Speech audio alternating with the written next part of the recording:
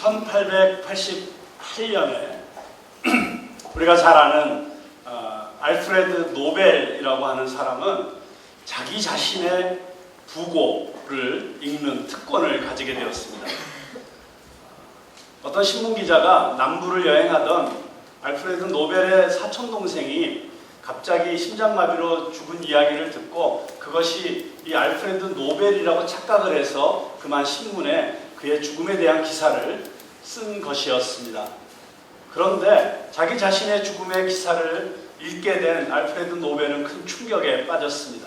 왜냐하면 그 부고의 제목은 죽음의 상인, 자신이 죽다 였습니다. 그리고 그 밑에 이런 해설이 써 있었습니다.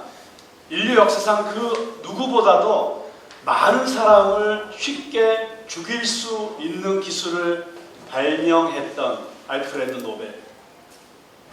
알프레드 노벨은 자기 자신이 광산을 뚫어내는데 또는 교량을 세우기 위해서 무엇인가를 폭파하는데 뭔가 인간을 위해서 이 다이너마이트를 발명했다고 생각했지만 그것이 잘못 이용되어져서 오히려 수많은 사람들을 죽이는 폭약이 되고 폭탄이 되어서 자신이 발명한 다이너마이트로 인해서 그 시대에 너무나도 많은 사람들이 전쟁터에서 끔찍하게 죽어나가게 되었다는 사실을 분명히 깨닫게 되었고 내가 죽었을 때 나의 인생은 이 한마디로 정의되겠구나.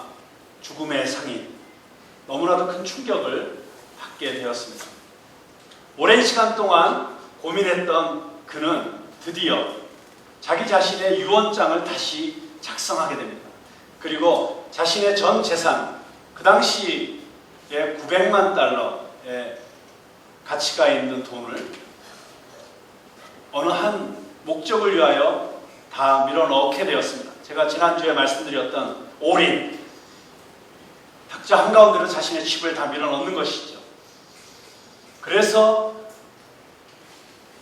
만들어진 상이 바로 지난주에 우리를 깜짝 놀라게 하는 여러 수상자들을 배출한, 그래서 이제는 화학이라든가 의학이라든가 문학이라든가 또 평화 부분에서 인류를 향상시키는 어떤 진보가 있었을 때 그 진보와 동일한 그런 이름으로 우리에게 알려지게 된 바로 노벨상이 탄생하게 된 것입니다. 여러분, 이렇게 알프레드 노벨은 정말 자기 자신이 죽는 그런 위기를 경험하지 못했지만 가상의 위기였음에도 불구하고 죽음이라는 그 위기를 통해서 그는 그 이전에 자신이 보지 못했던 것들을 보게 되었습니다. 때로 이런 위기는 우리에게 우리가 그 전에 볼 수 없었던 것을 볼 수 있는 아주 놀라운 기회를 우리에게 제공해 줍니다. 죽음이라는 그 위기 앞에서 모든 것들이 너무나도 선명하게 드러나는 것들을 보게 됩니다. 그리고 우리가 무엇을 믿고 살았는지, 우리가 정말 믿는 것이 무엇이었는지, 그리고 우리에게 있어서 가장 중요한 가치가 무엇이었는지를 보게 되는 것이죠. 그런 의미에서 이 죽음의 위기라고 하는 것, 이 위기는 우리에게 아픔이고 고통일 수도 있지만 그러나 또한 우리가 새로운 차원의 삶을 살아갈 수 있도록 우리를 변화시켜 줄 수 있는 놀라운 기회를 우리에게 제공해 주기도 하는 것입니다. 오늘 우리가 함께 읽은 성경 말씀에 있는 사드락과 메삭과 아벤느고라고 하는 이 청년들, 이 청년들은 어떤 청년들이었습니까? 자기 나라에서 살지 못하고 자기 나라를 침략해서 점령한 바벨론이라는 제국의 포로로 끌려와서 살게 되었습니다. 그런데 포로로 끌려온 그 비참한 상황 속에서도 하나님께서 이들에게 특별한 은혜를 베풀어 주셔서 이들은 왕궁의 교육을 받을 수 있는 기회를 받게 되었고, 그리고 그 당시에 자기들이 점령했던 식민지 국가들과 문화적으로나 모든 면에서 이 혼합하는 정책을 썼던 바벨론의 정책 때문에 그들은 많은 기회를 얻게 되었고, 마침내는 지방의 작은 마을들을 다스리는 이런 관리직에까지 올라갈 수 있는 특권을 누리게 된 청년들이었습니다. 자, 그런데 그 당시에 바벨론을 다스리고 있던 이 느부갓네살이라는 왕은 정말 그 당시에 어떤 나라의 왕도 누려보지 못했던 당대 최고의 권력과 힘을 과시하고 있던 그런 왕이었습니다. 근데 이런 왕이 자기 자신이 그런 권력을 가지고 있었음에도 불구하고 그것을 확인해보고 싶은 그런 마음 때문에 어느 날 거대한 금 신상을 세웠습니다. 높이가 약 30m에 달하는 이런 금으로 칠한 금 신상을 세우고 이제 그 앞에서 악기를 연주하기 시작합니다. 온갖 종류의 악기들이 동원이 되어서 악기가 연주되면 그 나라에 있는 그 제국에 속한 모든 사람들은 그 금신상에 절을 하라고 명을 내립니다. 그래서 실제로 그 일이 일어났을 때 많은 사람들이 그 신상 앞에 절을 했습니다. 자, 그런데 그 금신상에게 절을 하지 않는 사람들이 있었습니다. 갈대아 사람들 중에 몇이 왕 앞에 나와서 바로 그 사람들에 대해서 고소하고 고발을 하고 있습니다. 저 유대에서 끌려온 저 사람들이 왕의 은혜를 입고 감히 포로인 주제에도 왕의 특권을 얻어서 교육을 받고 그리고 저렇게 지방 관리가 되어서 한 성을 다스리도록 이런 특권을 얻었던 저 유대인들이 왕의 명령을 지키지 않고 그 신상에게 절하지 않았습니다. 왕께서 뭐라고 하셨습니까? 저 신상에 절하지 않는 자들은 풀무불에 던져서 죽이겠다고 하지 않았습니까? 라고 왕을 격동시킵니다. 그래서 왕이 명령을 내려서 그 청년들이 왕 앞에 끌려오게 되었습니다. 바로 사드락과 메삭과 아벳느고였습니다. 왕은 그들을 사랑했던 것 같습니다. 비록 포로로 끌려온 식민지의 청년들이었지만 그들의 재능을 알아보고 그들의 탁월성을 알아봤던 왕은 그들에게 많은 기회를 주었었죠. 그래서 왕은 그들을 죽이기가 싫었습니다. 그래서 왕은 그들에게 두 번째 기회를 주고 싶었어요. 저들을 가능하면 살려내고 싶었어요. 그래서 어쩌면 정말 왕은 간절한 마음을 담아서 야, 난 너희를 죽이고 싶지 않다. 그런데 너희들이 죽지 않으려면 근데 나는 내가 내린 이 왕의 조서를 내 스스로 철회할 수는 없다. 그러니 제발 날 봐서라도 한 번만 절해다오. 이런 심정으로 그 청년들에게 짐짓 위험을 가장하고 다시 한번 명령을 내리는 것입니다. 자, 너희들이 절하기만 하면 너희들 살려주겠다. 근데 너희들이 절하지 않으면 나는 너희들을 어쩔 수 없이 죽여야만 된다. 라고 이야기를 했습니다. 그러면서 왕이 뭐라고 얘기했습니까? 내가 너희들을 저 풀무불에다 던져 넣으면 도대체 너희들을 구해줄 그 풀무불에서 건져줄 신이 어디 있겠느냐? 자, 그런데 그때 그 엄청난 왕의 위험 앞에서 그 모든 당대 권력자들이 모여있는 그 앞에서 담대하게 이 청년들은 이렇게 말합니다.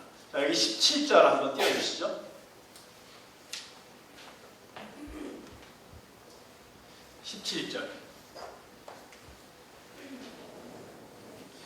왕이여, 우리가 섬기는 하나님이 계시다면 우리를 맹렬히 타는 풀무불 가운데서 능히 건져내시겠고 왕의 손에서도 건져내시리이다. 자, 굉장히 담대하고 멋진 신앙의 고백이죠. 네, 그런데 사실은 원문에 담겨져 있는 뜻보다 조금 많이 약화된 번역입니다. 여기 보면 만일 하나님이 계시다면이라고 하나님이 계신지 안 계신지 이런 뉘앙스를 풍기는 번역으로 되어 있어요. 그런데 원문을 더 정확하게 번역하면 이렇게 번역해야 맞습니다.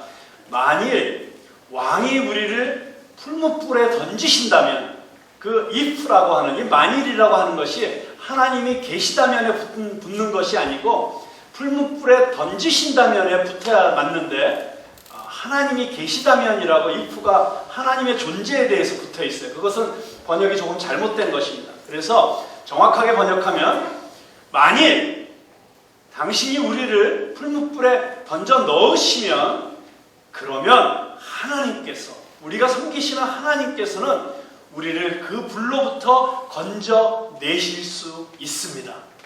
자, 어느 신이 너희를 건져낼 수 있겠느냐? 너희가 감히 이 세상에 법도와 이 세상의 가치를 거역해서 산다면 너희들이 살아남을 것 같으냐? 라고 하는 이 도전 앞에서 이 청년들은 바로 우리가 섬기는 하나님이 그렇게 우리를 건져주실 수 있는 하나님이라고 담대하게 선언하고 있는 것입니다. 그래서 그분이 왕이시여 당신의 손에서 우리를 건져주실 것입니다. 자, 여기서 이 청년들은 놀라운 신앙의 고백을 하고 있습니다. 자기들의 목숨이 위협받는 이 위기 상황 속에서 저들은 담대하게 하나님에 대한 신앙을 고백하고 있습니다. 자, 여러분, 우리 인생에 많은 위기가 다가올 수 있습니다. 여러 종류의 위기, 환경의 위기도 올 수 있고요. 건강의 위기도 찾아올 수 있고 인간관계의 위기도 찾아올 수가 있습니다. 위기는 뜻하지 않은 상황 속에서 우리를 찾아와서 우리를 괴롭히고 우리에게 고통을 줍니다. 그런데 놀라운 사실은 우리의 한자에 보면 위기, 영어로는 크라이시스인데 그 위기가 한자를 풀어보면 어떤 뜻을 가지고 있습니까? 위기는 위험한 기회이다. 위기는 오히려 우리에게 기회가 될 수 있습니다. 어떤 기회가 될 수 있습니까? 우리 세 청년의 경우에 보면 결국 이 위기를 통해서 저 청년들은 어떤 기회를 얻었습니까?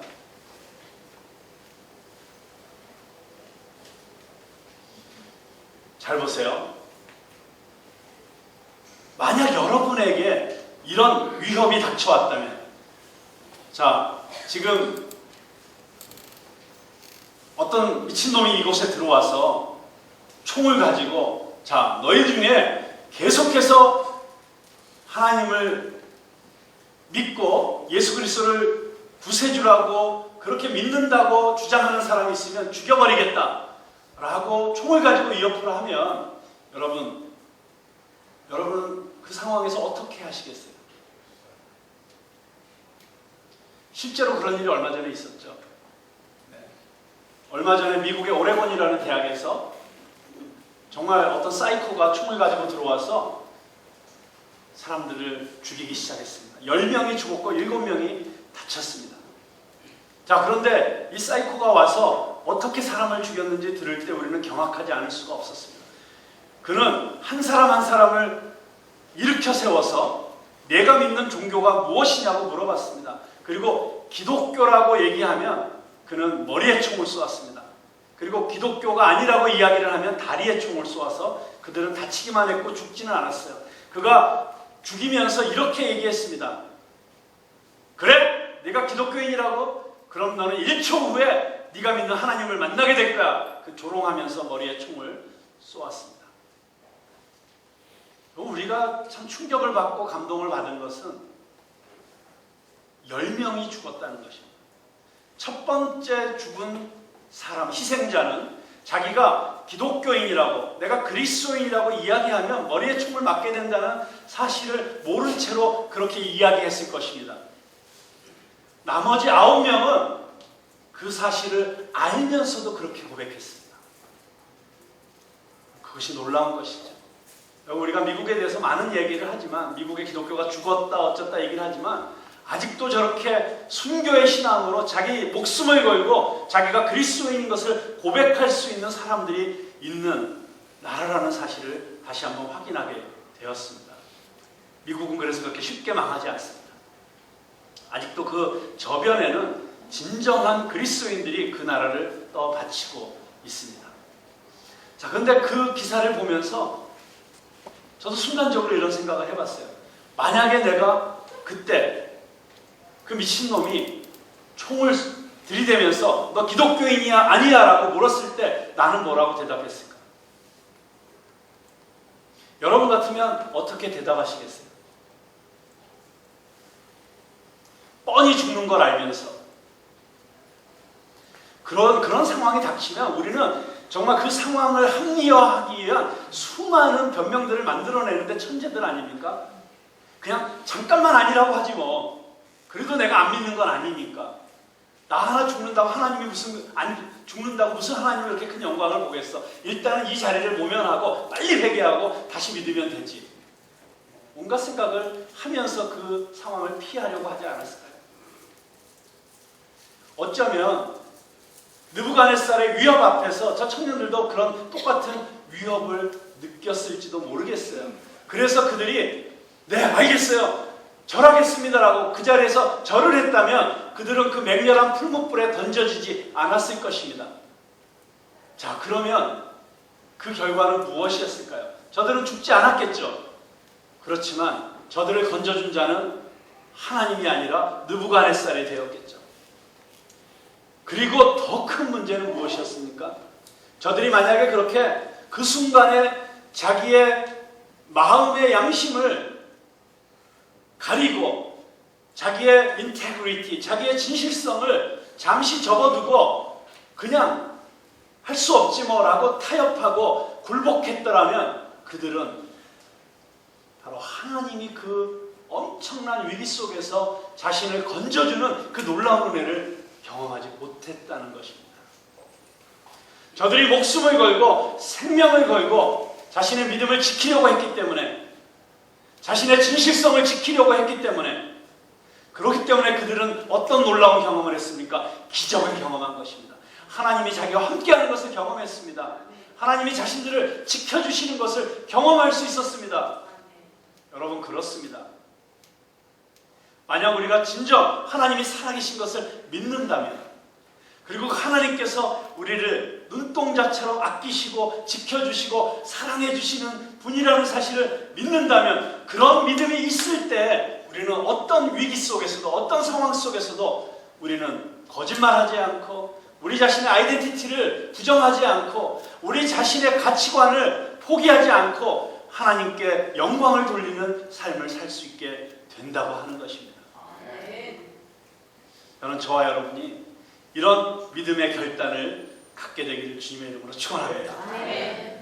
어떤 위기 속에서도, 어떤 상황 속에서도, 여러분, 그래서 이 위기라고 하는 것은 우리가 진정으로 하나님을 믿느냐 믿지 않느냐를 보여줄 수 있는 시금석을 우리에게 제공할 수가 있습니다. 여러분, 평탄할 때는, 모든 것이 순조로울 때는 정말 우리가 신앙을 가지고 있는지, 정말 우리가 믿음을 가지고 있는지, 정말 우리가 하나님의 사람인지를 알아볼 방법이 없습니다. 그런데 위기가 닥쳤을 때, 그때 우리가 행동하는 행동을 보면, 위기가 닥쳤을 때 우리의 모습을 보면 정말 내가 어느 정도 수준의 신앙을 갖고 있는지, 내가 믿고 있는 이 신앙이 얼마나 절대적인지 아니면 상대적인지가 드러나게 되는 것이죠.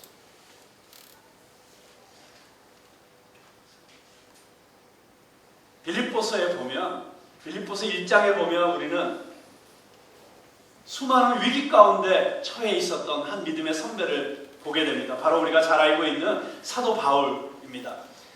그 빌립보서 1장에 보면 사도 바울은 아주 대표적인, 우리 인간이 겪을 수 있는 세 가지 위기를 다 겪고 있습니다. 첫 번째 위기는 환경의 위기였습니다. 여러분, 지금 아마 이 자리에도 그런 환경적인 위기를 겪고 있는 분이 있으실 것이라고 생각합니다. 갑자기 사업이 어려워지거나 또는 경제적으로 심각한 위기에 처하게 되거나 그런 환경적 위기가 우리에게 찾아올 수 있습니다. 사도 바울이 처했던 환경적 위기는 그가 감옥에 갇히게 되었다는 것입니다.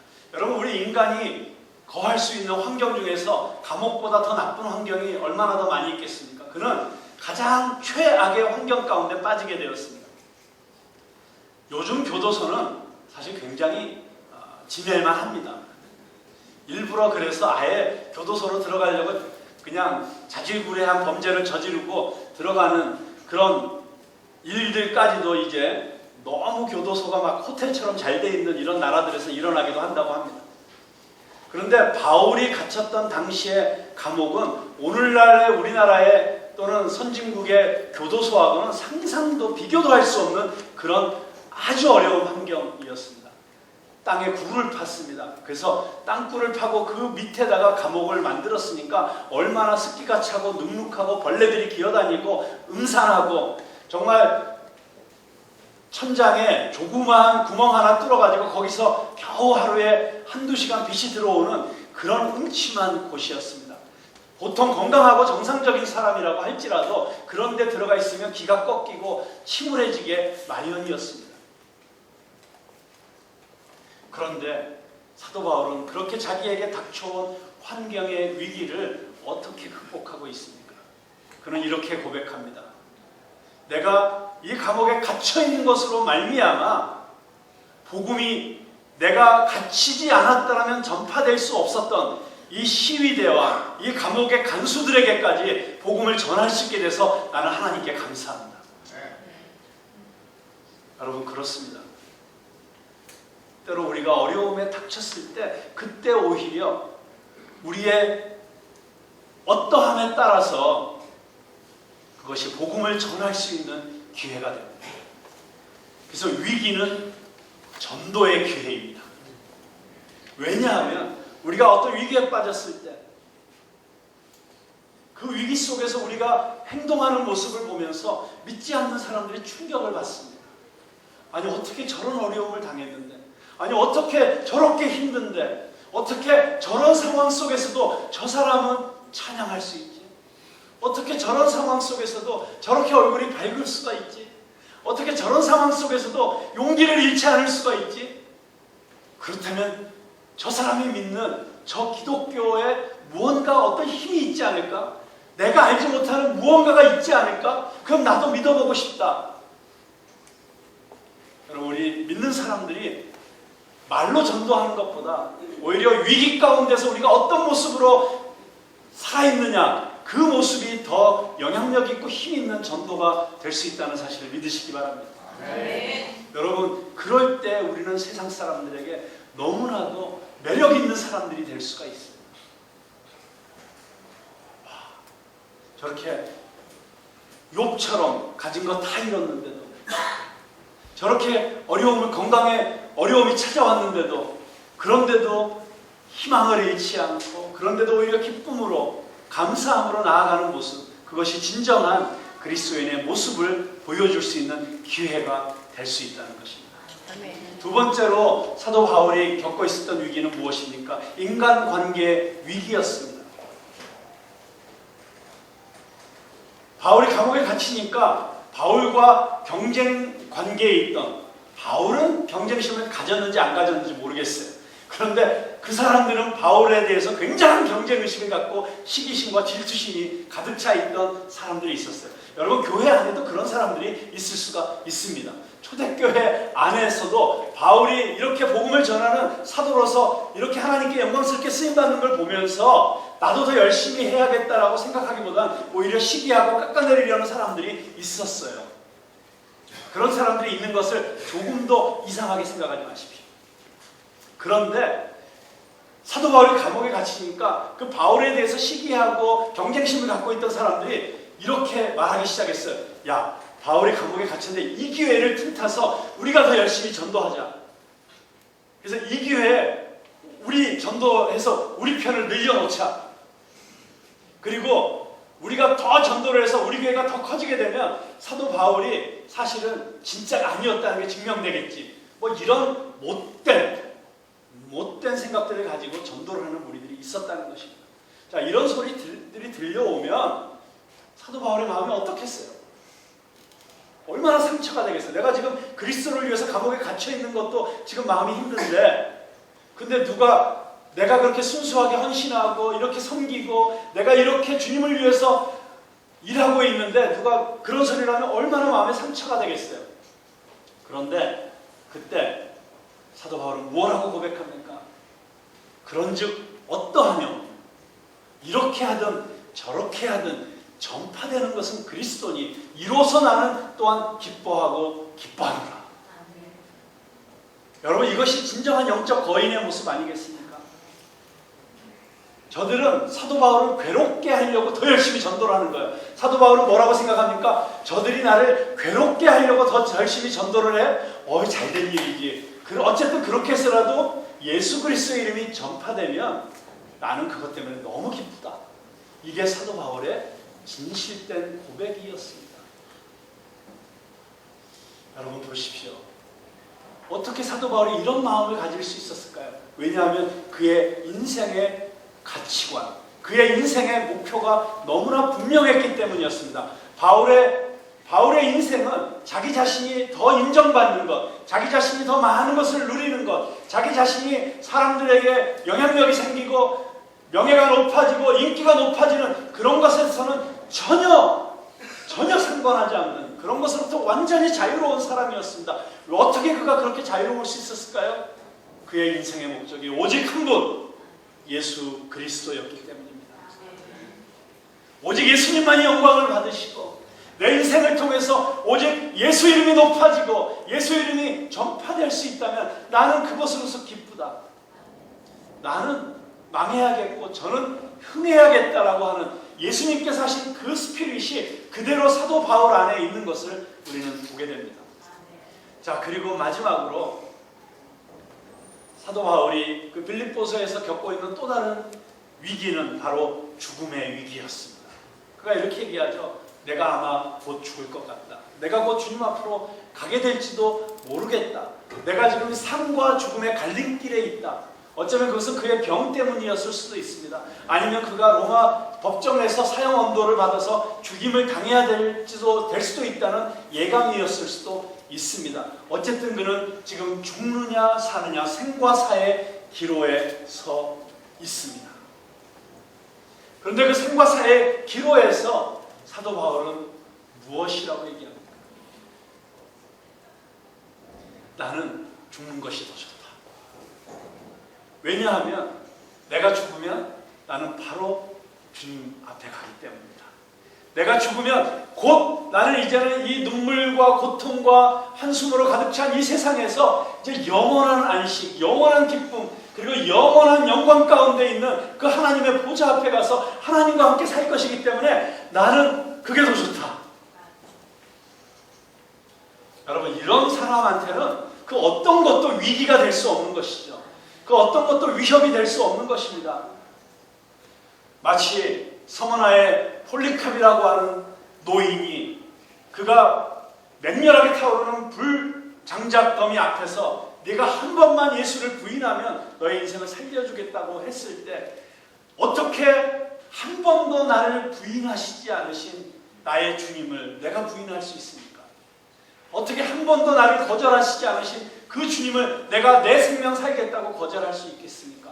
라고 하면서 당당하게 그 불타는 장작 더미 위로 걸어 올라간 폴리컵과 같은 그런 순교의 믿음은 어떻게 가능할 수가 있습니까?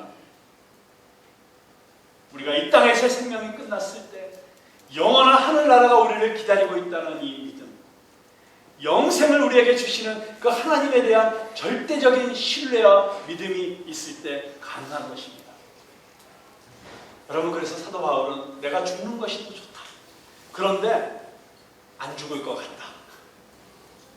왜냐하면 내가 죽는 것보다 내가 아직 좀 더 살아있어야 너희들에게 더 영적으로 유익하기 때문에 내가 살아있음으로 너희들의 믿음의 진보가 더 이루어지는데 조금이라도 도움이 되기 때문에 나는 아마 하나님이 나를 살려주실 것 같다. 그러나 내 마음은 죽는 게 더 좋다. 자, 이 생과 사를 초월한, 죽음의 문제를 초월한 이 사도 바울의 모습을 보실 수 있길 바랍니다. 어떻게 이런 믿음이 가능했습니까? 여러분, 사드락과 메삭과 아벳느고, 폴리캅, 사도 바울 다 어떤 믿음의 소유자들이었습니까? 그들은 하나님에 대한 절대적인 신뢰를 가지고 있었습니다.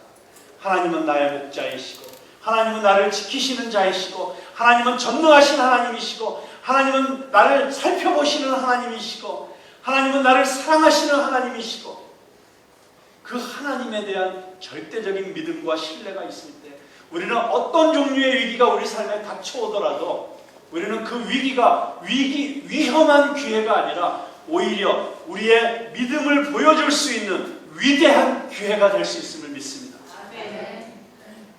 여러분, 그런데 제가 이 말씀을 묵상하면서 놀라운 사실을 깨닫게 되었어요. 그것은 무엇이냐면 모든 위대한 업적, 모든 위대한 삶의 순간은 위기로부터 온다는 것입니다. 여러분, 위기가 없으면 위대함도 없습니다. 위기가 있기 때문에 그 위기 속에서 우리가 하나님을 신뢰하고 위대한 믿음의 행동을 할 때, 위대한 믿음의 결단을 할 때, 그때 우리 인생이 위대해지는 것입니다. 그래서 여러분, 위기가 찾아올 때 감사하십시오. 위기가 찾아올 때 기뻐하십시오.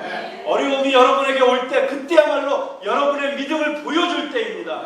여러분 인생에 어려움이 찾아올 때 그때가 바로 하나님을 경험할 때입니다. 살아계신 하나님을 언제 느낄 수 있습니까? 여러분 평탄할 때는 별로 하나님이 역사하시 기회가 없어요. 우리가 우리 힘으로 잘 살고 잘 먹고 그럴 때 무슨 하나님이 우리 인생에 개입할 여지가 있습니까?